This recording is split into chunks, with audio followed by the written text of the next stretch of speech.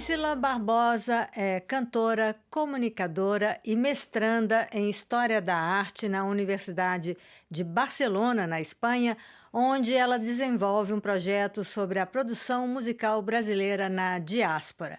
Em Barcelona, ela também coordena o projeto cultural Más Allá de la Bossa Nova, que em português quer dizer para além da bossa nova. Esse projeto visa superar os clichês e mostrar ao público internacional a diversidade da música brasileira. Priscila Barbosa veio a Paris para dar um concerto e fazer uma palestra sobre esse tema, focados principalmente nas contribuições femininas e afrodescendentes na música brasileira. Bem-vinda à RFI, Priscila. Muito obrigada, Adriana. Muito feliz de estar aqui com vocês. Priscila, há quanto tempo você desenvolve esse projeto cultural em Barcelona? O projeto já vai completar 3 anos, mas, na verdade, ele é fruto de uma observação que eu fazia trabalhando como cantora, né? Eu cheguei em Barcelona, comecei a me integrar, comecei a desenvolver meu trabalho com a música, e aí, quando eu estava nessa prática, eu observava o público, né? O que o público pedia, o que o público trazia de informações, né? O pessoal em Barcelona, né? O catalão gosta de música brasileira e conhecem um pouco, mas começou a me incomodar, né? O que eles conhecem dessa música brasileira? Não é que me incomodava, me chamava a atenção. E eu comecei a pensar nisso. E o Más Allá de la Bossa Nova nasceu dessas observações, né, de ampliar um pouco, né, o espectro de conhecimento acerca da música brasileira. E só por curiosidade, o que eles conhecem? O público lá de Barcelona, o que eles conhecem da Bossa música? Nova. Só? Não só, tem gente que conhece mais, claro, tem gente que conhece outras coisas, né, e vai além da Bossa Nova. É muito interessante. Mas teve um disco que ficou muito famoso na Espanha, que é um disco que a Maria Creuza gravou com Vinícius de Moraes, tal, né? Com Toquinho. E esse disco tem os clássicos da Bossa Nova. É um disco lindo, maravilhoso. Mas, claro, a música brasileira é mais. E quando eu cantava dentro do meu repertório, eu sempre explorava outras coisas. E as pessoas gostavam dessas outras coisas, que não eram tão famosas, né? Então foi aí que eu comecei a pensar, puxa vida, como trazer isso? E aí eu fui convidada a dar uma aula, 3 aulas, na verdade, na Universidade da Experiência, traduzindo para o português. E nessas 3 aulas eu criei o projeto Más Allá de la Bossa Nova. Porque aí eu fui abordar, né, a questão da música, a raiz afro na música brasileira, a invisibilidade, né, que ainda tem da produção musical feminina e também a questão anterior à Bossa Nova. Um trabalho bem de história mesmo, né, que é a minha formação. Antes de aprofundar, então, esses temas desse projeto, onde que você dá visibilidade a esse mais da música brasileira na Espanha? Uau, por meio dos programas de rádio. Começou com os cursos, palestras, e logo foi para a rádio. E na rádio, nesse processo, né, eu comecei com uma curadoria muito focada realmente na música brasileira produzida no Brasil. Mas com 4 programas já me veio assim uma eureka. E aí eu falei, não, peraí, tem um monte de gente que está produzindo aqui. Eu vou tocar a música desses músicos, né, e musicistas. E quando me veio essa inspiração, né, esse insight, abriu uma porta enorme diante dos meus olhos. Eu falei, não, eu vou me especializar nisso, no programa de rádio. E aí a coisa ganhou um corpo que eu nem imaginava. E agora você está tentando ampliar ainda mais para a Europa? Esse é o objetivo dessa vinda a Paris? Esse é o objetivo dessa vinda a Paris. Na verdade, o programa ele é transmitido, né, pela Rádio Corbera, lá na Espanha. Eu gravo o programa em espanhol, mas eu também tenho já 2 temporadas de programas que foram transmitidos no Brasil, em português, pela rádio da Universidade Federal de São Carlos, sempre fazendo a curadoria dessa música que é produzida pela diáspora brasileira. Então eu toco a música de músicos que eu nem, claro, não conheço. Eu conheço muitos que estão na Espanha, né, pessoalmente, mas tem um monte de gente por aí, aqui na França, tem vários, na Alemanha, na Inglaterra, nos Estados Unidos, na Austrália, em várias partes do mundo, né, na América Latina, né, em outros países que não o Brasil, né? Então é a música desses músicos que eu tô aí tocando e divulgando. E qual é o universo dessas músicas que você toca, que é o universo da sua pesquisa? Qual é o diferencial dessa música produzida pela diáspora em relação à música produzida no território brasileiro? Boa pergunta essa. Eu tenho observado nas conversas, nas entrevistas com os músicos, né, que tem uma série de temáticas que são abordadas com esse olhar de quem está de fora, né? Então, hoje, quando o governo brasileiro, né, o Ministério da Cultura fala de internacionalização da cultura brasileira, eu fico me questionando, né? Mas espera aí, de que internacionalização da cultura brasileira está sendo falado pelo Ministério da Cultura?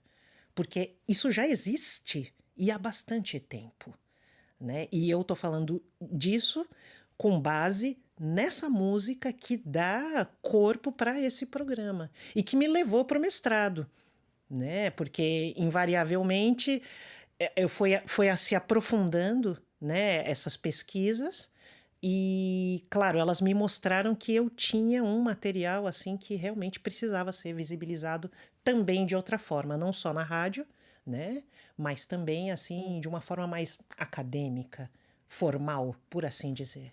Temas diferentes, mas em termos de estilo, de gênero, de ritmo, é também diferente?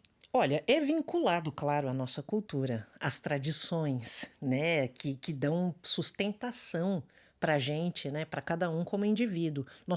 Bom, eu penso que nós somos brasileiros, né, mas viver fora do Brasil nos faz olhar para dentro e para o Brasil de uma forma diferente. E, claro, muitos desses artistas, não só os músicos, acabam levando essa cultura brasileira de uma forma muito integrada, né? Você viver fora do Brasil e falar do Brasil já gera um deslocamento que é diferente, né? Por isso que eu fico me perguntando, né? Como é que a gente poderia mostrar isso para o Brasil, inclusive, né? Por isso levar esse programa para a Universidade Federal de São Carlos, para a rádio, foi tão importante, né? Para ver que, olha, tem uma produção musical brasileira que é feita fora do território nacional brasileiro, né? E olha, tem muita coisa boa. Você poderia dar alguns exemplos, assim, de nomes? Claro, vou dar um exemplo daqui da França, o Márcio Faraco, né? Ele faz que a gente já entrevistou aqui, Sim. que justamente reclama da falta de visibilidade desse trabalho aqui no Brasil. Exato, né? O Márcio Faraco tem uma produção musical robusta, eu diria, né? Ele tem uma presença no streaming, né, que é importante. Tem também trabalhos, por exemplo, lá na Espanha, né? Tem várias pessoas que estão aí levando a música brasileira. Tem, por exemplo, o Jurandir Dan Silva, que é um guitarrista importantíssimo, que está em Barcelona e que faz música brasileira. Tem, por exemplo, vou falar de uma mulher negra que está começando aí, né, a ter mais visibilidade, que é a Mirla Riomar, sabe, que faz um trabalho sensacional. Tem também, por exemplo, a Nilza da Silva, que está lá na Itália, por exemplo, né? Tem várias pessoas que não somente essas que eu estou falando que as pessoas que têm trabalhos aí nas plataformas de streaming. Tem os músicos que não chegaram ainda nas plataformas de streaming, mas estão fazendo esse trabalho de divulgação da cultura brasileira de alguma forma. Nos restaurantes, nos bares, nas ruas. Nos teatros também, né? Porque a gente às vezes fica muito fechado nesse tipo de trabalho, que é um trabalho importante para o músico, né? Para o dia a dia, para o ganha-pão. A sobrevivência. Exato. Mas tem gente que está indo além disso, né? Que está fazendo um trabalho muito interessante. Tem um grupo que se chama, não é exatamente brasileiro, mas trabalha com a música aí, né? De raiz afro-brasileira, que é o Aion, que é uma banda, né, que faz um trabalho também muito interessante, sabe, de fusão, porque também tem muito disso, né? O que esses brasileiros estão fazendo? Uma fusão, né? Tem, por exemplo, a Letícia Malvares, que está lá em Madrid, que é uma flautista, compositora, arranjadora sensacional, a Vanessa Boragian, corrigindo aqui a pronúncia. Tem também, por exemplo, o Léo Midea, né, que está fazendo um trabalho muito grande, que tem muitos ouvintes, sabe? E que precisam, né, de mais visibilidade. Legal, muita coisa para ser descoberta e que você divulga, então, nesse projeto. E agora, falando da parte do seu trabalho mais focada, principalmente nas contribuições femininas, que nomes e contribuições você destacaria? Uau, eu estou aqui para falar disso, né, também, para falar e para cantar. Aí não é só diáspora, né? Aí não, aí são as nossas raízes mesmo, né? Qual é a contribuição das mulheres negras dentro da produção musical brasileira?